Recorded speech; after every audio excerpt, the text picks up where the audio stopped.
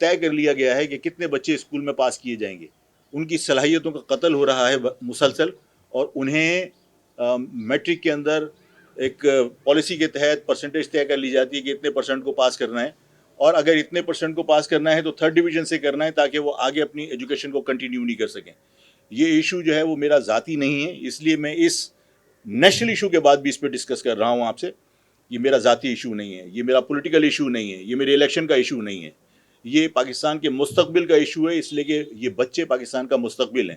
اس کراچی کے اندر جب امتحانات کے نتائج آتے ہیں تو امتحانات کے نتائج کے اندر میٹرک کے بچوں کو 3rd ڈویژن سے پاس کیا جاتا ہے, اور پھر اس کے بعد تمام اسکولوں میں یہ اعلانات کیے جاتے ہیں اس کالجز میں کہ یہاں پر پرسنٹیج یہ ہوگی, یہاں پر پرسنٹیج یہ ہوگی. اگر میٹرک کے اندر 3rd ڈویژن سے پاس ہونے والا بچہ فرسٹ ایئر میں ایڈمیشن نہیں لے سکتا, اس کا مقصد ہے کہ آپ نے اس کے سامنے جو میٹرک کی مارک شیٹ دی ہے یہ حکم نامہ ہے کہ تو آگے نہیں پڑھ سکتا. یہ ظلم ہے اس مہاجر قوم کے بچوں کو, کراچی کے بچوں کے ساتھ, اور ظاہر ہے یہ پاکستان کا مستقبل ہے. اس کے بعد پھر آپ نے فرسٹ ایئر کے اندر ایگزام لیے اور ان لوگوں سے ایگزام کی کاپیاں چیک کروائیں جنہیں اسکول کی اسپیلنگ نہیں آتی, جنہیں آپ نے یہاں بھرتی کیا, جب وہ مظاہرے یہاں کر رہے ہوتے ہیں اسکول کے ٹیچر جنہیں آپ نے گاؤں دیہات سے لا کے یہاں پر بھرتی کر دیا ہے, اور ان مظاہروں کے اندر میری اس کراچی کے صحافیوں نے ان کا امتحان لیا اور ان سے اسکول کی اسپیلنگ پوچھی, ان سے جو ہے وہ کراچی کی اسپیلنگ پوچھی تو وہ کراچی کی اسپیلنگ نہیں بتا سکے. وہ بچے ان کے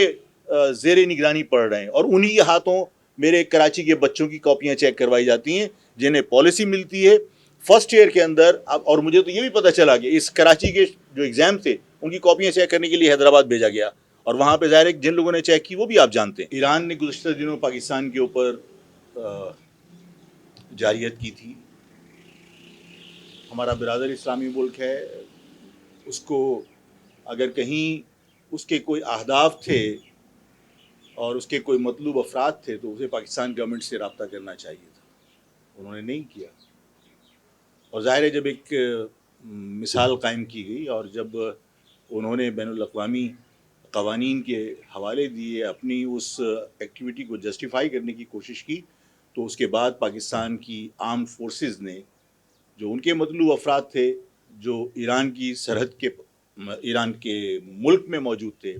ایران میں موجود تھے اور بلوچستان میں دہشت گردی میں ملوث تھے, اس پر انہوں نے ان کو ٹارگٹ کیا. میں پاکستان کی افواج کے اس اقدام کو ایک غیرت مند قوم کا اقدام تصور کرتا ہوں, اور ظاہر ہے کہ ہم اپنی آزادی کو, اپنی سرحدوں کو ظاہر ہے کسی اور کے رحم و کرم پر نہیں چھوڑ سکتے, اور سرحدوں میں داخل ہو کر اگر کوئی پاکستان میں مداخلت کرے گا, دہشت گردی کرے گا, تو پاکستان کی افواج کو بین الاقوامی قوانین کے تحت یہ اختیار حاصل ہے کہ وہ اپنے اہداف کو ٹارگٹ کر سکیں, اس لیے کہ ملک کی سلامتی اور ملک کے عوام کی حفاظت پاکستان کی افواج کی بنیادی ذمہ داری ہے. پاکستان کی افواج کا یہ اقدام میں سمجھتا ہوں کہ غیرت مند قوم کا اقدام ہے, اور اس غیرت مندی کا جو مظاہرہ ہوا ہے اور جو ہم نے اپنی عوام کو محفوظ بنانے کے لیے جو پاکستان کی افواج نے جو جرأت مندانہ اقدام کیا ہے, میں یقین دلاتا ہوں کہ پورے پاکستان کی عوام پاکستان کی افواج کے پشت پر ہے. اس اقدام کی سپورٹ میں بردباری کا مظاہرہ کرنے کی بجائے جذباتی فیصلے کیے گئے, اور ایران نے تحمل کا مظاہرہ, میں نہیں کہنا چاہتا تحمل کا مظاہرہ, بلکہ میں یہ کہنا چاہتا ہوں کہ عقل مندی کا مظاہرہ کیا, اور ایک برادر اسلامی ملک جو ایٹمی طاقت ہے اس کے ساتھ تصادم کی بجائے مشاورت سے معاملات کو حل کرنے کو انہوں نے ترجیح دی. تو اس شہر میں, اس ملک میں ظاہر ہے کہ بہت ساری چیزیں کنٹرول میں رہیں گی, لیکن اگر خدا نخواستہ یک طرفہ طور پر یہ معاملات بڑھے اور پاکستان کی افواج کو پاکستان کے دفاع میں کوئی اقدامات کرنے پڑے, تو میں سمجھتا ہوں کہ اس وقت پھر پاکستان کی عوام کی, پاکستان کے علماؤں کی بہت بڑی ذمہ داری ہے کہ وہ اس معاملے کو لسانی رنگ دینے سے لوگوں کو روک سکیں.